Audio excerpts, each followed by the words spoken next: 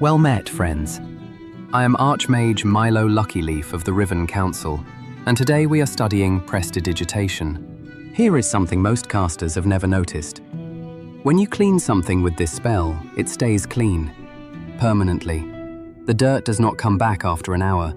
The effect is instantaneous, and instantaneous effects have no duration to expire.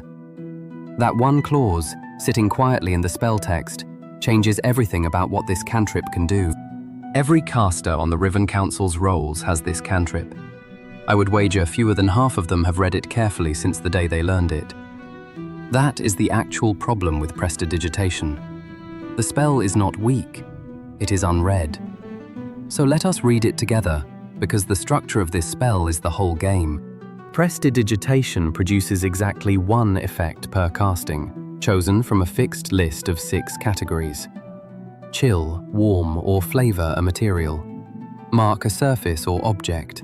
Create a small sensory effect. Produce a trinket or illusory image. Clean or soil. And that last pair is where most casters go wrong. The cleaning and soiling effects are instantaneous. The sensory effects follow the same rule, meaning the little flash of light, the faint sound, and the brief odor are all harmless and undetectable as magic. Instantaneous means the effect happens and then it is done. There is no ongoing magic to expire, no hour-long timer ticking away. When you clean a bloodstain off your robes, those robes are clean. When you light a candle with this spell, the candle stays lit. The same logic applies to every instantaneous effect in the list. I have watched wizards cast Prestidigitation on a soiled tunic and then wait anxiously for the grime to return. It never does. They simply did not believe the text. Now, the 3 effect limit. This is the other clause that causes confusion at the worst moments. You can have up to 3 non-instantaneous effects active simultaneously.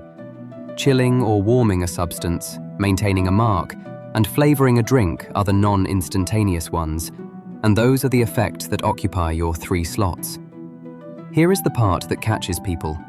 A 4th casting of a non-instantaneous effect does not automatically push out an older one. You must spend an action to dismiss an active effect first. If you forget that and cast a 4th, you will find yourself burning an action mid-scene to clear the backlog.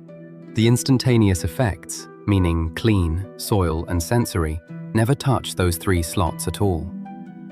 You can clean a dozen surfaces in a row, and your 3 active slots remain exactly as they were. The 2 categories do not compete. And one more item worth naming. The trinket, or illusory image, lasts only until the end of your next turn. That is a very short window. Long enough to produce something and hand it over, not long enough to rely on it lasting through a conversation. Consider the flavor clause. The spell can chill, warm, or flavor any material within 10 feet. Most casters read that and think, warm soup, cold wine, pleasant smells, fine. But the target of that effect is the substance, not the creature touching it. And that distinction is the whole point. Picture this. You are in a lord's hall. The contact you need to reach is suspicious, and he has refused to drink anything set before him all evening.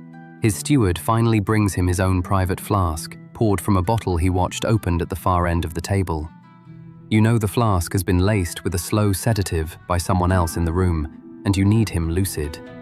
Or, alternatively, you need a reluctant informant to swallow a bitter medicine she has been refusing for a week. Prestidigitation handles both. You alter the flavor of the substance. The sedative still tastes like fine West March red. The medicine tastes of honey cake. The target has no reason to refuse, and no saving throw is called for, because you did not target the creature. You targeted the drink. The spell makes no claim about what the substance actually does. It only tells you what it tastes like. The effect on the substance is instantaneous, so the altered flavor is permanent for as long as the liquid exists. There is no concentration to break, no slot spent, and no roll made. You cast a cantrip, and someone drinks something they otherwise would not have. I have used this to get a paranoid alchemist to take his own antidote after he convinced himself it was poison. He drank it willingly, decided it tasted of pears, and lived. Now, 2 failure modes I want to name before you leave this spell and feel clever about it. The trinket effect. I have known bards who produced an illusory coin to bribe a guard, passed it through the bars, and watched the conversation go 3 rounds before the coin vanished at the end of the bard's next turn.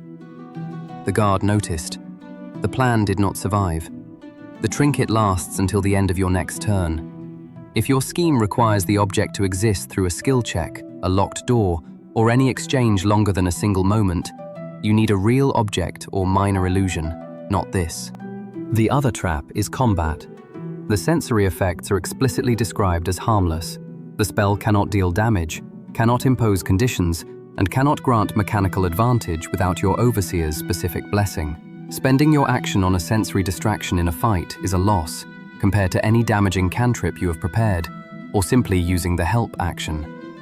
The spell knows it is not a combat tool. Respect that. If this reading of Prestidigitation was useful to you, the Riven Council would appreciate your attention, and a like on this record along with a subscription to the library go a long way toward keeping the cataloguing work alive. There is more to learn about this spell at therivencouncil.com, where the full notes live. The spell text was always there. Most of you simply never read it.